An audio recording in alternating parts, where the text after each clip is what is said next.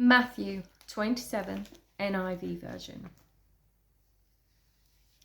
Early in the morning, all the chief priests and the elders of the people came to the decision to put Jesus to death. They bound him, led him away, and handed him over to Pilate, the governor. When Judas, who had betrayed him, saw that Jesus was condemned, he was seized with remorse and returned the 30 silver coins to the chief priests and the elders. "I have sinned," he said, "for I have betrayed innocent blood." "What is that to us?" they replied. "That's your responsibility." So Judas threw the money into the temple and left. Then he went away and hanged himself. The chief priests picked up the coins and said, "It is against the law to put this into the treasury, since it is blood money." So they decided to use the money to buy the potter's field as a burial place for foreigners. That is why it has been called the Field of Blood to this day. Then, what was spoken by Jeremiah the prophet was fulfilled. They took the 30 silver coins, the price set on him by the people of Israel, and they used them to buy the potter's field, as the Lord commanded me. Meanwhile, Jesus stood before the governor, and the governor asked him, "Are you the King of the Jews?" "Yes, it is as you say," Jesus replied. When he was accused by the chief priests and the elders, he gave no answer. Then Pilate asked him, "Don't you hear the testimony they are bringing against you?" But Jesus made no reply, not even to a single charge, to the great amazement of the governor. Now, it was the governor's custom at the feast to release a prisoner chosen by the crowd. At that time, they had a notorious prisoner called Barabbas.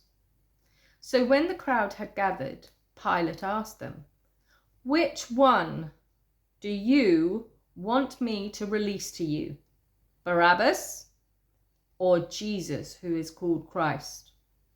For he knew it was out of envy that they had handed Jesus over to him. While Pilate was sitting on the judge's seat, his wife sent him this message: "Don't have anything to do with that innocent man, for I have suffered a great deal today in a dream because of him." But the chief priests and the elders persuaded the crowd to ask for Barabbas and to have Jesus executed. "Which of the two do you want me to release to you?" asked the governor. "Barabbas," they answered. "What shall I do, then, with Jesus, who is called Christ?" Pilate asked. They all answered, "Crucify him!" "Why? What crime has he committed?" asked Pilate. But they shouted all the louder, "Crucify him!" When Pilate saw that he was getting nowhere, but that instead an uproar was starting, he took water and washed his hands in front of the crowd. "I am innocent of this man's blood," he said. "It is your responsibility." All the people answered, "Let his blood be on us and on our children." Then he released Barabbas to them, but he had Jesus flogged and handed him over to be crucified. Then the governor's soldiers took Jesus into the praetorium and gathered the whole company of soldiers around him. They stripped him and put a scarlet robe on him, and then twisted together a crown of thorns and set it on his head. They put a staff in his right hand and knelt in front of him and mocked him. "Hail, King of the Jews!" they said. They spat on him and took the staff and struck him on the head again and again. After they had mocked him, they took off the robe and put his own clothes on him. Then they led him away to crucify him. As they were going out, they met a man from Cyrene named Simon, and they forced him to carry the cross. They came to a place called Golgotha, which means the place of the skull. There they offered Jesus wine to drink, mixed with gall, but after tasting it, he refused to drink it. When they had crucified him, they divided up his clothes by casting lots, that the word spoken by the prophet might be fulfilled. They divided my garments among themselves and cast lots for my clothing. And sitting down, they kept watch over him there. Above his head they placed the written charge against him. This is Jesus, the King of the Jews. 2 robbers were crucified with him, one on his right and one on his left. Those who passed by hurled insults at him, shaking their heads and saying, "You who are going to destroy the temple and build it in 3 days, save yourself! Come down from the cross if you are the Son of God." In the same way, the chief priests, the teachers of the law, and the elders mocked him.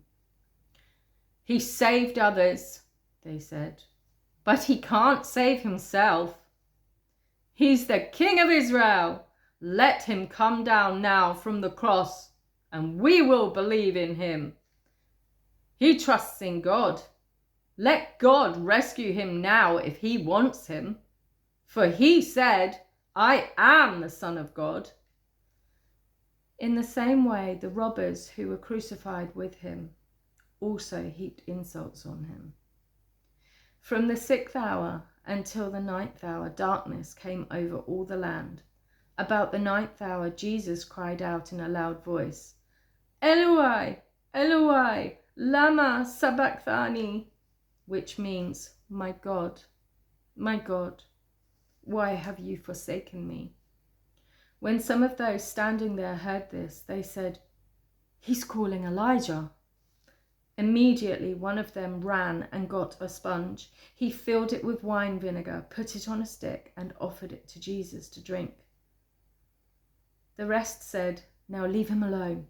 Let's see if Elijah comes to save him."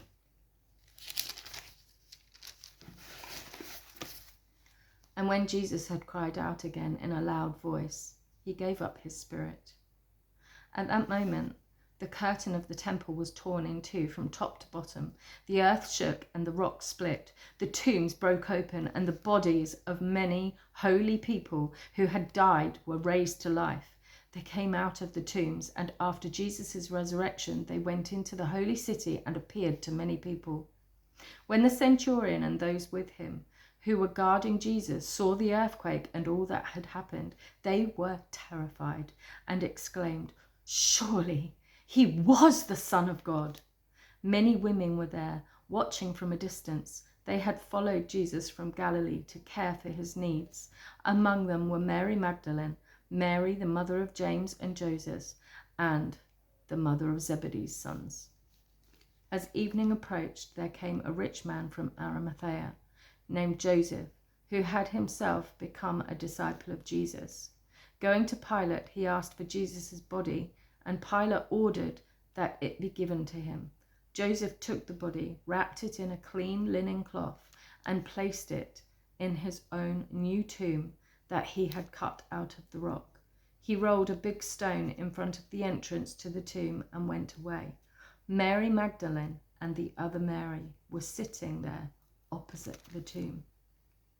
The next day, the one after preparation day, the chief priests and the Pharisees went to Pilate.